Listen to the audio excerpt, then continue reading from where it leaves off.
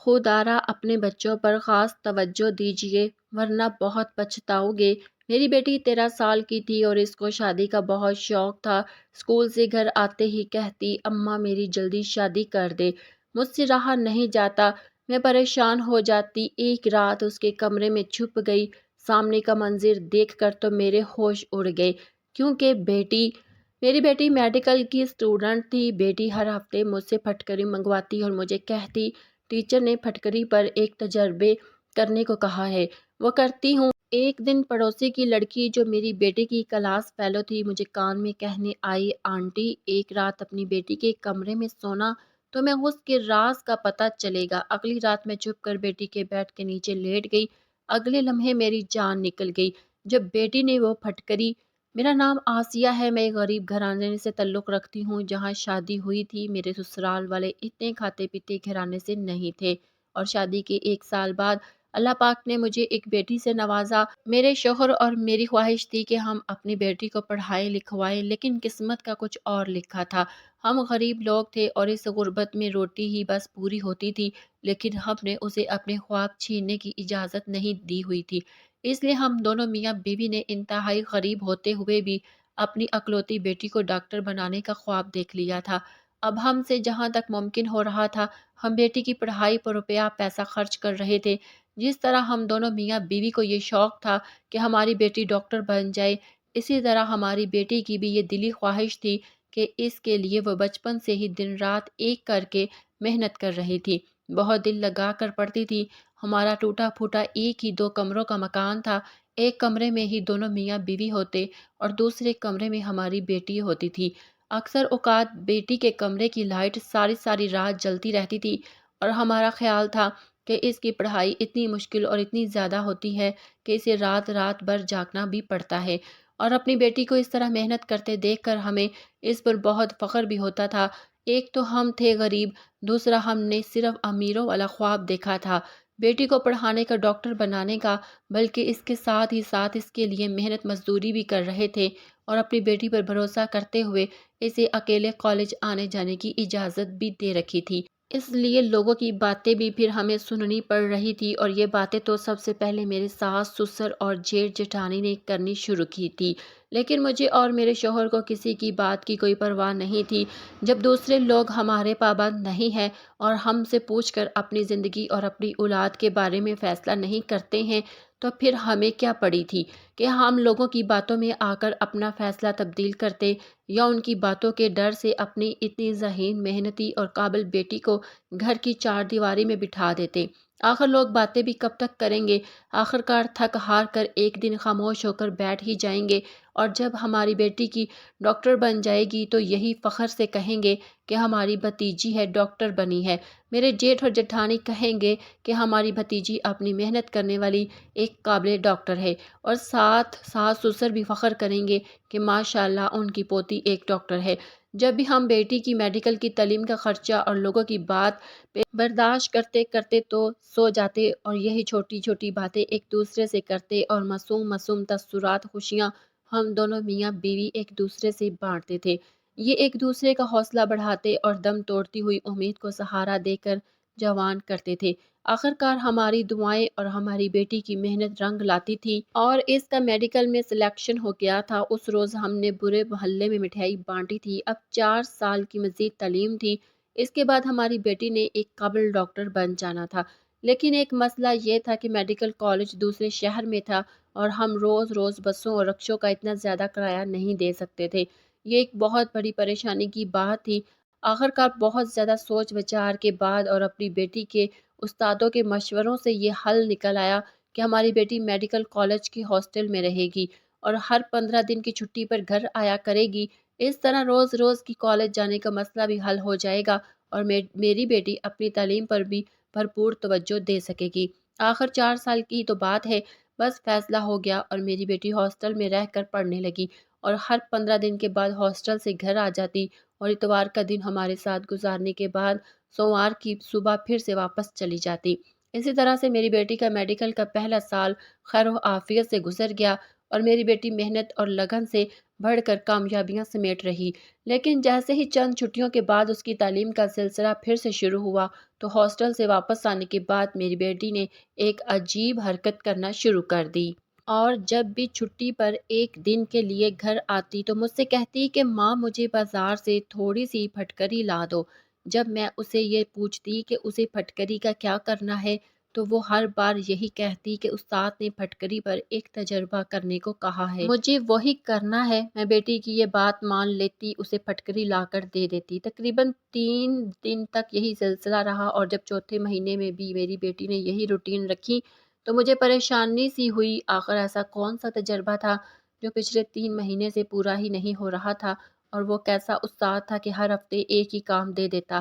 لیکن پھر یہ بھی سوچتی کہ ہو سکتا ہے کوئی کام ہوتا ہی ہو، آخر مجھے 5 جماعتیں پاس کو کیا پتہ میڈیکل اور میڈیکل کی پڑھائی کیسے ہوتی ہے۔ لیکن چونکہ دماغ میں سوال میں سر اٹھا ہی لیا تھا تو اسی لیے اس بار جب بیٹی آئی اور اس نے پھر سے تجربے کا کہہ کر پھٹکری منگوائی تو میں نے اس سے پوچھ ہی لیا کہ ہر دن تمہیں ایک ہی کام کیوں ملتا ہے؟ میرا سوال سن کر پہلے تو میری بیٹی کچھ تھوڑا سا گھبرا گئی اور پھر خود کو سنبھالتے ہوئے بولی کہ ماں یہ کام ہمیں آخر تب تک ملتا رہے گا جب تک وہ سارا کام ٹھیک نہ ہو جائے، اور ہر بار کچھ غلط ہو جاتا ہے اور استاد کہتے ہیں کہ تجربہ ناکام رہا ہے، اس لیے جب تک تجربہ کامیاب نہیں ہو جاتا تب تک یہ کام ملتا رہے گا۔ میری بیٹی کے اتنے لمبے سوال جواب نے تسلی کروا دی اور میرے دل سے سارے شک اور سارے سوالات ختم ہو گئے۔ میں نے خوشی خوشی بیٹی کو پھٹکری لا کر دے دی۔ ایک رات اپنے گھر میں گزارنے کے بعد میری بیٹی واپس ہاسٹل چلی گئی۔ اس کے جانے کے بعد نیچے سے میں نے اس کے کمرے کی صفائی کی تو وہاں ایک چیز دیکھ کر میرے ہوش اڑ گئے۔ مجھے اپنی بیٹی پر بہت بھروسہ تھا، لیکن اب وہ چیز دیکھنے کے بعد سے میرا اب اپنی بیٹی پر وہ آنکھیں بند کر کے کیے جانے والا بھروسہ اتنا نہیں رہا تھا۔ آخر کچھ تو ایسا تھا جو میری بیٹی مجھ سے چھپا رہی تھی، لیکن کیا چھپا رہی تھی یہ میری سمجھ میں بالکل نہیں آ رہا تھا۔ اور پھر یہ سوال بھی پیدا ہوتا تھا کہ آخر جو کچھ بھی تھا اسے چھپانا کیوں پڑ رہا تھا۔ میرا دل طرح طرح کے وہموں اور اندیشوں کا شکار ہو رہا تھا اور مجھے بہت ہی برے سے خیال ستا رہے تھے۔ میں نے اپنا کام وہیں پر چھوڑ دیا اور بیٹی کے کمرے سے وہ چیز اٹھا کر باہر نکل آئی اور سوچنے لگی کہ اب حقیقت کا پتہ کیسے لگاؤں۔ بیٹی سے تو پوچھ نہیں سکتی تھی کیونکہ وہ مجھے کبھی بھی سچ نہ بتاتی۔ کوئی دوسرا ایسا کون سا راستہ تھا جہاں سے مجھے سچ معلوم ہو جاتا اور میرے دل کو تسلی مل جاتی، میرے سارے وہم دور ہو جاتے۔ سوچتے سوچتے اچانک میرے ذہن میں یہ خیال آیا اور خوش ہو گئی۔ مجھے یہاں سے حقیقت معلوم ہو سکتی تھی۔ میں فوراً سے اٹھی، اپنی چادر لی اور گھر سے باہر نکل آئی۔ میرے روم مین روڈ کی طرف تھا جہاں پر ایک لائن میں بڑے بڑے پیارے پیارے سے پکے گھر بنے ہوئے تھے۔ میں نے ان میں سے ایک دروازے پر دستک دی اور اندر چلی گئی۔ ایک چودھری صاحب کا گھر تھا۔ ویسے یہ بہت سخی تھے اور ان کی سخاوت کی وجہ سے اللہ نے انہیں بہت نوازا تھا۔ ان چودھری صاحب کی ایک بیٹی جو میری ہی بیٹی کے ساتھ تھی وہ بھی ڈاکٹر بن رہی تھی اور اسی میڈیکل کالج میں پڑھتی تھی، لیکن یہ ہاسٹل نہیں رہتی تھی، روزانہ آتی جاتی تھی۔ چودھری صاحب روزانہ خود اپنی گاڑی میں اپنی بیٹی کو لاتے اور لے جاتے تھے۔ میں چودھری صاحب کے گھر گئی اور ان کی بیٹی سے ملی۔ مجھے دیکھتے ہی اس نے مجھے پہچان لیا کہ میں چند ایک بار پہلے بیٹی کی کتابوں کے ادلے بدلے کے سلسلے میں یہاں آ چکی تھی اور مجھے پہلی بار بیٹی نے ہی ان کا گھر دکھایا تھا۔ ان کی بیٹی میرے پاس آ کر بیٹھی تو میں نے اسے اپنا مسئلہ بتایا۔ اس نے بہت ہی تحمل سے میری بات سنی اور جیسے ہی میری بات مکمل ہوئی وہ پریشان ہو گئی۔ میں نے اسے اپنے ہاتھ میں پھٹکری وہ چیز بھی دکھائی جو مجھے بیٹی کے کمرے سے ملی تھی۔ چودھری صاحب کی بیٹی نے اس کو بہت غور سے دیکھا اور پھر مجھے تسلی دیتے ہوئے کہنے لگی کہ آپ فکر نہیں کریں، وہ کالج میں میری بیٹی پر نظر رکھے گی اور اس کی ساری سرگرمیوں پر مجھے آگاہ کرے گی۔ میں نے ان سے یہ بھی بتایا تھا میری بیٹی ہر 15 دن بعد مجھ سے ہی کہہ کر پھٹکری منگواتی ہے اور اسے کوئی پریکٹیکل کرنا ہے۔ اسے یہ سن کر بھی حیران نہیں ہوئی اور وہ کہنے لگی کہ انہیں ایسا تو کوئی کام نہیں ملتا۔ اب تو میرا شک یقین میں بدل گیا تھا کہ کچھ نہ کچھ غلط ضرور ہے اور میری پریشانی میں ایک دم اضافہ ہو گیا تھا۔ اگر میری بیٹی پڑھائی سے ہٹ کر غلط کاموں میں پڑ گئی تھی تو پھر یقیناً بدنامی اور رسوائی کے ساتھ ہی ساتھ لوگوں کے طعنے بھی ہمارے گھر تک پہنچنے والے تھے۔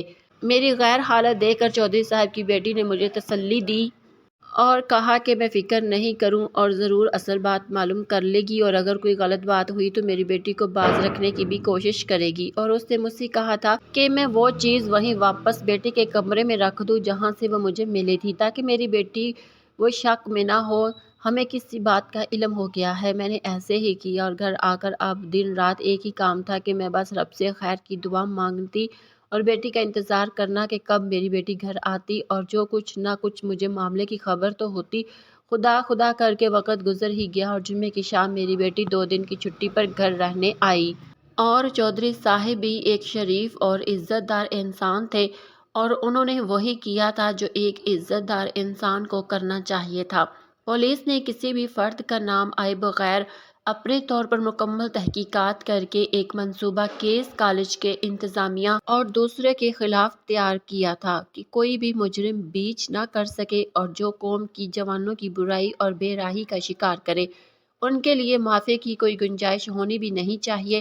میری بیٹی بھی اب کالج سے گھر واپس آ گئی تھی۔ میں نے بیٹی کو کالج سے نکلوایا تھا اور اب جو کہ معاملہ زیادہ دیر تک چھپا ہوا نہیں رہ سکتا تھا، اس لیے میں نے اپنے شوہر کو بیٹی کے گھر آنے کے دوسرے دن ہی سارے معاملات سے آگاہ کر دیا تھا۔ اسے سن کر افسوس کی شدت سے شوہر چند لمحے تو کچھ بول ہی نہ سکا اور جب اس کے حواس تھوڑے بحال ہوئے تو اس نے طیش میں آ کر اپنی بیٹی کو مارنا پیٹنا شروع کر دیا۔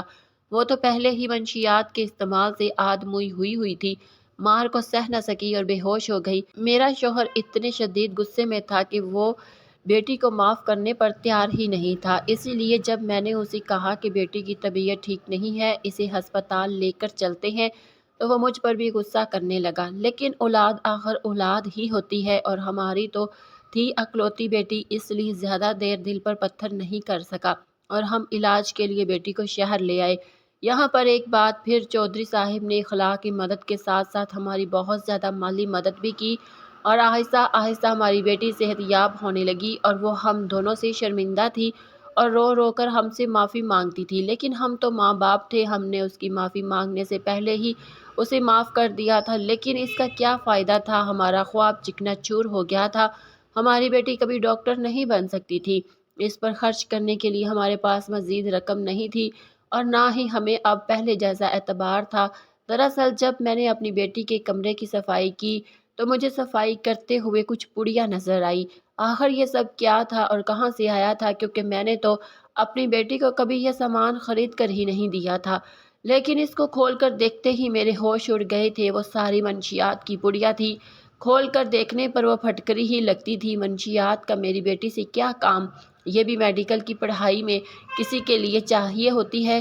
بس یہی پوچھنے اور اپنے دل کی تسلی کے لیے میں چودھری صاحب کی بیٹی کے پاس چلی گئی، لیکن اس نے مجھے بتایا کہ منشیات تو کیا مجھے کبھی پھٹکری کی بھی ضرورت پیش نہیں آتی، اسی لیے میری پریشانی میں اضافہ ہو گیا اور مجھے پریشان دیکھ کر چودھری صاحب کی بیٹی نے مجھ سے وعدہ کیا کہ وہ مجھے اصل بات پتہ کر کے بتا دے گی۔ اور پھر جب اس نے میری بیٹی کا پیچھا کیا اور سراغ لگوایا تو یہ بات اسے معلوم ہوئی، اس نے منو من میں ہی مجھے بتا دی اور ساتھ ہی یہ بھی بتایا کہ مجھے چھپ کر دیکھنا چاہیے کہ آخر میری بیٹی پھٹکری کا کرتی کیا ہے۔ اصل میڈیکل کالج کی انتظامیہ اپنے نیچے ہونے والے منشیات کے دھندے سے بے خبر تھی اور افسوس کی بات یہ تھی کہ ہاسٹل کے وارڈن اور کالج کے چند اساتذہ کے ساتھ ساتھ چوکیدار بھی اس میں ملوث تھے۔ وہ کھلے عام کالج میں منشیات بیچتے بھی تھے اور طلباء کو منشیات کی لت لگا دی تھی اور ان کا ٹارگٹ زیادہ تر لڑکیاں بھی ہوتی تھی، جنہیں پھر نشے میں بے عزت کر کے وہ ان سے جسم فروشی بھی کرواتے تھے۔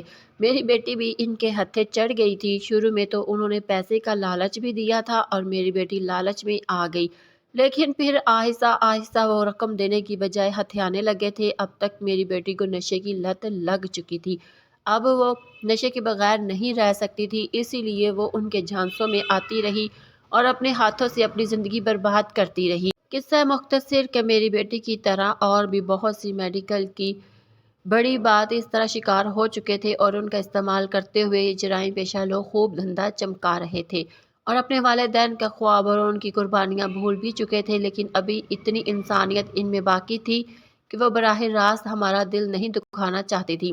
اسی لیے جو بھی منشیات کی پڑیاں گھر لاتے ان میں پھٹکری پیس کر اس طرح ملا دیتے کہ دیکھنے پر منشیات نظر نہ آئے اور ان کا نشہ بھی پورا ہوتا رہے۔ اسی لیے وہ مجھ سے میڈیکل تجربے کا کہہ کر پھٹکری منگواتی اور اس طرح سے استعمال کرتی۔ اس رات جب میں نے بیٹی کے کمرے میں سوئی تو میری بیٹی وہیں پھٹکری پیس کر منشیات کی پڑیاں میں ڈال رہی تھی۔ اس سے نہ تو منشیات کالج میں پکڑی جاتی تھی اور نہ گھر پر، لیکن اس روز میری بیٹی کو منشیات کی پڑیا گھر پر بھول گئی تھی۔ پھر کھلتے کھلتے ساری حقیقت کھلتی چلی گئی، لیکن افسوس کہ یہ بات تب کھلی جب پانی سر سے اوپر جا چکا۔ میری بیٹی کا مستقبل برباد ہو چکا تھا، اب وہ بے حال ہو چکی تھی۔ اس نے منشیات بھی چھوڑ دی، لیکن اس کے ڈاکٹر نہ بن سکنے کی وجہ سے محلے دار اور رشتہ دار آج بھی تانے دے کر ہمارا دل جلاتے ہیں۔